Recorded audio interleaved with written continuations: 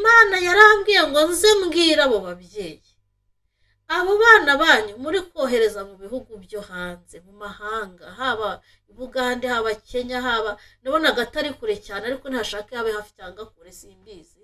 Niba ufite umwana wo muri iyo myaka ukaba waramwijishuye ukamwohereza ngo ajye gushakira ubumenyi hanze y'iki gihugu cyacu cy'u Rwanda, nagira ngo nkubwire ngo Imana yarambwiye ngo nze mbabwire mutabara ubuzima bw'abana banyu hakiri kare. Nagiye kubona mbona abo bana bakorerwa amahohoterwa n'ababarera, babarera bunyamaswa. Njye nuko nabibonaga, nabonaga umwana nko mu myaka 3-4 ahohoterwa ku rwego atabasha kubibwira mama we. Mbona biteye agahinda, nabonaga barerwa n'abantu bameze nk'ibisimba, ingisimba. Umuntu wabaga nabonaga ari umuntu udafite umutima w'ubumuntu, kwa kundi umwana ashobora gukubitwa, umwana agahohoterwa. Njye nuko nabibonye, ndabivuga uko nabibonye. Nitwa Tuyisabe Sylvia, ni yacano yanyu inyuraho ubuhamya n'ijambo ry'Imana. Ngarutse kugira ngo twongere tuganire. Ndashimira cyane abantu mukomeje kunkurikira, abakora subscribe ndabashimiye, na share na comment. Mukomeze mubikore kugira ngo dukomezanye kuganira ku buhamya, ku ijambo ry'Imana, ku butumwa. Imana iduhane umugisha. Reka tubanze dusenga Imana. Nyakubahwa Mana yaremye ijuru n'isi, uwera wa Isiraheli, Mana idakiranirwa ngo yibagirwe imirimo, nongeye kugushimira ko tugarutse kuri iyi tariki tugihumeka umwuka w'abazima, mubwira ngo tugiye kuvuga ibyawe ntaba ari twe, ahubwo izina ryawe rihabwe icyubahiro. Ufashe abantu bagiye kutwumva, abababaye bongere kwishima, abafite agahinda gashire. Umara abantu inzara Mana, abantu bamara imibabaro bongere kwishima. Nubwo turi mu bihe bigoye by'imperuka, ariko abakwiringiye ntabwo tuzakorwa n'isoni. Abiringiye Uwiteka bameze nk'umusozi wa Siyoni uhora uhamye iteka ryose. Nk'uko imisozi igose i Yerusalemu, niko ugose abantu bawe uhereye none ukazageza iteka ryose. Ntabwo badufite rero, kubera ko tugoswe n'Imana isumba byose. Ngaho ufasha abantu bawe bagiye gukurikirana ubu butumwa, kandi ubahe kugubwa neza mu izina rya Yesu Kristo. Amen. Amen. Mana idufashe kandi tugirire neza. Ubwo duheruka rero nababwiye yuko nzagaruka kubaha ubutumwa cyane cyane ku bubatsi ingo. Abantu bubatsi ingo hari ikintu Imana yabantumyeho, nicyo rero ngarutse kubabwira. Imana yarantumye ngo nzaze mbwire abagabo cyangwa se abagore, umuntu wese wubatse urugo ariko akaba azi neza akabangamiye mugenzi we mu buzima bwa buri munsi. Hari igihe umuntu aba afite umugabo w'imfura witonda ariko akamubera hari umuhanda ku manywa na nijoro. Hari igihe umugore aba aritonda akijijwe afite inzira z'igisiyoni ariko afite umugabo umubera hari umuhanda ku manywa ndetse na nijoro. Reka mbabwire ikintu Imana yantumye kuri bene abo bantu. Umuntu washatse umugore cyangwa se umugore washatse umugabo akaba aho kumwerera imbuto ahubwo amubabariza ubuzima ku manywa na nijoro, niyumve. Imana yantumye kubabwira, hari ijambo yabanje kumbwira, irambwira muri Samweli wa mbere ibice byaho ni 25 bya Nabali, niko titire yaho ivuga. Ubwo umuntu uzumva ubutumwa azasome ibya Nabali, nashaka azasoma icyo gice cyose ko numva tutari bubyinjiremo kubisoma. Irangije inyibutsa uburyo Nabali yabanye ngo na Dawidi n'abashumba n'iki, Dawidi akabitaho akabafasha akabarindira amatungo. Noneho igihe kigeze Dawidi ari mu kaga atuma kuri Nabali ngo amuhe ku byo kurya, muzabyumva muri musoma. Noneho Nabali asuzugura Dawidi cyane. Bibiliya ivuga ko igihe cyageze Dawidi agafata umwanzuro wo kujya kurimbura umuryango wa Nabali. Noneho rero sinzi umuntu waje kumenya ayo makuru, muzabisoma namwe. Aragenda aburira Abigayire umugore wa Nabali, aramubwira ati Dawidi iri joro arabatsemba arabica kubera ko umugabo yamusuzuguye, yamwimye icyo kurya, yamwimye icyo kunywa, kandi we hari igihe yamukeneye aramufasha. Abigayire aba umunyabwenge, aragenda asanganira Dawidi, niko inkuru ivuga. Amaze kumusanganira nuko amuha ku byo kurya, amwakirira abakozi be cyangwa se abagaragu be, nuko arangije anamusaba imbabazi, aravuga ati nabari n'ubundi niryo zina rye, Dawidi tubabarire, babarira umuryango wanjye, babarira abana banjye. Nuko Abigayili agira ubwenge mu gihe cye. Noneho rero ku bantu bazakomeza gusoma iyi nkuru, igihe cyarageze, noneho umugore wa Nabali aza guhengera Nabali ngo yasindutse, yavuye mu isindwe rye, amubwira amakuru, amubwira ati cya gihe usuzugura Dawidi, cya gihe Dawidi yafashe umwanzuro wo kuza kutwica, amenya amakuru, mushyira ibyo kurya n'abagaragu be, nuko ntiyaza kutwica, ariko iri joro twari gupfa. Nabali ngo akibyumva ngo ahita agobwa ururimi, ako kanya ahita afatwa, nkeka ko wenda ari nka pararize, ngo iminsi 10 ishize Nabali arapfa. Rero Imana impa iryo jambo yambwiye ko hari abagabo bababaza abagore babo cyangwa se bameze nka Nabali, badafite ikintu bitaho, bafite kubabaza abo bashakanye gusa muri bo, mbese bakora ibintu by'ubugome gusa, nta kintu kizima cyamuvamo. Abo bantu hari abazajya bagenda nka Nabali, nuko bihwane bapfe birangire. Nuko igihe cyarageze rero, Dawidi amaze kumenya ko ngo Nabali yapfuye, ngo ahita nuko kubwira ijambo nyine abantu bazasome, ntago ari ibyo inkuru niyandikiye, nta nubwo ari n'ikinyamakuru, ni Bibiliya nikivuga. Abigayili Dawidi aza kureba Abigayili, baraganira, nuko bamaze kuganira baba inshuti, ntumbaze simbizi niko birivuga, ariko Bibiliya ivuga ko ngo Abigayili yahise aba umugore wande wa Dawidi. Nubwo Dawidi yari ataragira agaciro cyangwa ngo abe umwami nk'uko yari yarabisezeranijwe, ariko Abigayili akigera kwa Dawidi bivuge ngo yaruhutse umuruho wande wa Nabali. Hari abantu bazapfa nka ba Nabali, nuko Abigayili Imana ibihere ba Dawidi, Imana ihabwa icyubahiro. Mumbabarire cyane, ndabivuga uko nabihawe. Hari ba Nabali bazapfa, noneho Abigayili Imana ikabihera ba Dawidi. Noneho hari n'abagore bitwa ba Vashiti, nabwo yakambwiyeho. Vashiti murabizi ukuntu yasuzuguye umwami, yamwirase, yamuratiye abandi bami, ahambwira ukuntu afite umugore mwiza, yapanze n'ikirori cyo kumumurika, akamumurikira amahanga abayoboye n'iki. Nuko murabizi agasuzuguro Vashiti yasuzuguye umwami, ikirori yari yapanze cyo kumwereka isi yose kigapfuba, ahubwo bagaseka umwami bakavuga ati nudahana Vashiti abagore bacu ntago tuzabakira, bazadusuzugura nk'uko nawe bagusuzuguye, nk'uko Vashiti yagusuzuguye.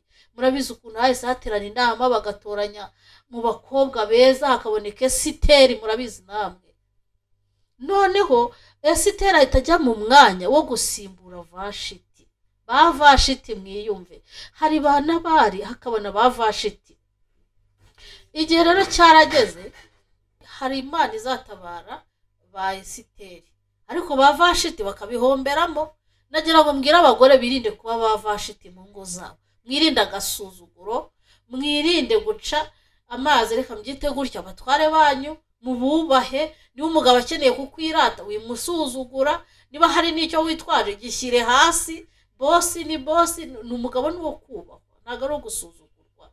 Noneho na ba Nabali nabo Imana ifite ukuntu izajya ibagufura, noneho abandi bibonere ba Dawidi, igihe kizagera bakicara no ku ntebe z'ubwami bakagubwa neza. Ndagira ngo mbahe ubwo butumwa, abantu basuzugura abo bashakanye, bakabafata nabi, bakabafata uko bibone nk'aho wagira ngo barabatoraguye, murekere aho ngaho, mwubahane, mugirirane inama za gikristo, ariko ibintu byo guca ku ruhande nyine mukabasuzugura mu biri.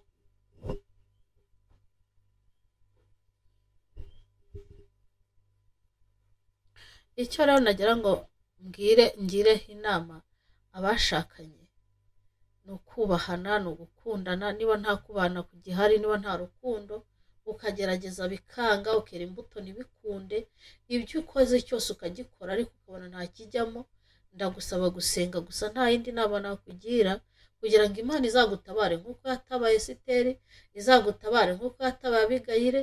Mbese ni icyo cyonyine ngiye niyo nama mfite nakugira. kuko imana irahari kandi irabikora. Ntabwo imana nasanze buriya buzima umuntu atabubamo ngo abone ubugingo buhoraho. Ntabwo wahora niho ari guhanda ku manywa na nijoro ngo ugire aho ugera. Imana iduhane umugisha. Ubundi butumwa mfite ni ubutumwa bw'ababyeyi. Wa mubyeyi we aho uri hose iki kintu cyumve. Nasuwe n'Imana mu bicuku bya nijoro imishurira ababyeyi cyangwa se imiryango yishoboye, yaba uri umusilamu, waba uri umukatolika, waba uri umupantekote, waba uri umuporoso, waba uri umudive, upfa kuba uri umubyeyi. Ubutumwa rero nahawe nagiye mbona ababyeyi bishoboye cyangwa bifashije Imana yahaye umugisha, arabyara umwana yagera mu myaka 3, mumbabarire, imyaka 3 umubyeyi akijishura umwana akamwohereza mu bihugu byo hanze. nuko Imana yabinyeretse. Noneho ngo ajye kwiga, ngo ajye gutangirirayo ubumenyi, ngo akiri muto ngo amenye indimi, ngo amenye ngo akure ngo atavuga ikinyarwanda. Nabo babyeyi Imana yantumyeho. Nagiye mbona ababyeyi bafata abana guhera mu myaka 3, 4, 5 gutyo. Wa mwana uba utaramenya kubwira mama we ikintu cyose cyamubayeho ku murongo. Nabonaga ari umwana ukiri mutoya guhera ku myaka 3, 4. Imana yarambwiye ngo nze mbwira abo babyeyi, abo bana banyu muri kohereza mu bihugu byo hanze, mu mahanga, haba Bugande, haba Kenya, haba nabonaga atari kure cyane, ariko ntashaka yabe hafi cyangwa kure, simbizi. Niba ufite umwana wo muri iyo myaka ukaba waramwijishuye ukamwohereza ngo ajye gushakira ubumenyi hanze y'iki gihugu cyacu cy'u Rwanda, nagira ngo nkubwire ngo Imana yarambwiye ngo nze mbabwire mutabara ubuzima bw'abana banyu hakiri kare. Nagiye mbona abo bana bakorerwa amahohoterwa n'ababarera, babarera bunyamaswa. Njye nuko nabibonaga. Nabonaga umwana nko mu myaka 3, 4 ahohoterwa ku rwego atabasha kubibwira mama we. Mbona biteye agahinda. Nabonaga barerwa n'abantu bameze nk'ibisimba, ingisimba. Umuntu nabonaga ari umuntu udafite umutima w'ubumuntu. Kwa kundi umwana ashobora gukubitwa, umwana agahohoterwa. Njye nuko nabibonye, ndabivuga uko nabibonye. Noneho ndimo nitegereza, numva ijwi rirambwiye ngo uzabwira ababyeyi cyangwa se uzabwira abanyarwanda barekeraho kuroheka cyangwa se kwica abana babo ruriya rubozo. Ndabwirwa ngo mujye mujyana abana byibura hejuru y'imyaka 7, 8, 9, 10, ku buryo umwana azahura n'ihohoterwa akabasha kubibwira umubyeyi. Ngo ariko munsi yaho ngo nimuzagira ikintu mubaza Imana. Hari abazajya bapfirayo muyoberwa icyo bazize. Nuko nabibonaga.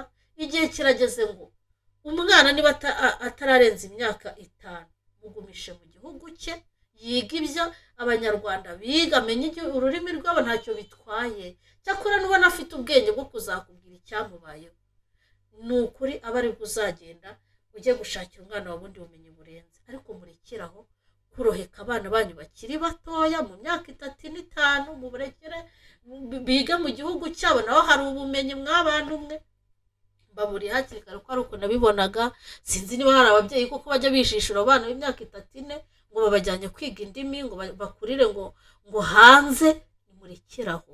Nabonye igihe kigeze ngo abana b'abanyarwanda biga iwabo. Sinzi impamvu iki kintu cyaje, ariko buri impamvu irahari. Ko nabonye bagiye kujya bahura n'ibibazo wowe utazi uryamye aho ngaho, uziga umwana wawe ngo ari kwiga, ngo ari mu maboko meza, ariko yageze mu bundi buzima ku buryo azakura natanapfa, azakura adafite ubumuntu. Kuko nabonaga bakorera ibintu bibi cyane kandi badafite ubushobozi bwo kubibwira ababyeyi babo, kubera ko nabonaga bakiri batoya. Imana rero iduhana umugisha. Umuntu uzumva ubu butumwa azanabubwira umubyeyi mugenzi we. Uzamenya ufite umwana hanze ukiri mutoya, umubwira atabara ubuzima bwakiri kare. Uko nagiye kubona mbona igihe kizagera bajye banapfirayo, bagutumeho nk'umwana yapfuye, ntibaguhaye detaye z'uko yapfuye, ntibaguhaye icyo yazize, ntiyararwaye. Kumbi ni uburyo babareraga mu buryo bwa kinyamaswa, babakubita, bahohotera. Njye nabibonye ndyamye nijoro nsinziriye, njya mwiyerekwa nyine ndabibona. Imana intuma ngo nzaze mbibwira ababyeyi. Hari ababyeyi bijishura abana bakiri bato bakabajyana mu bihugu byo hanze kandi bakabaho nabi. Imana rero iduhana umugisha. Ubwo niwumva ubu butumwa hari uzi bireba, wihute ubutange hakiri kare. Ngewe ngejeje ubuzima bw'abo bana ntabwo nzabubazwa. Imana yo mu ijuru iduhana umugisha. Murakoze cyane. Uko Imana izajya inshoboza ikabantumaho, nzajya nza nanjye mbabwira icyo yantumye. Ndumva twaba dusubikiye ahangaha tukazongera gusubukura ubutaha, ariko icyo mbasabye, n'udasenga nabyige, udasenga yige gusenga. Hari ubundi butumwa nzagaruka kubaha ubutaha bugendanye n'uko abanyarwanda cyane cyane muri rusange baretse gusenga. Abasengaga barabisubitse, kandi iki gihe ni icyo gusenga. mwa bantu b'Imana mwe, hari byinshi njya mbona, ntabwo ari ngombwa ngo tuze dutange detaye ngo nabonye ibi nabonye ibi, ariko imbere ntabwo ari heza.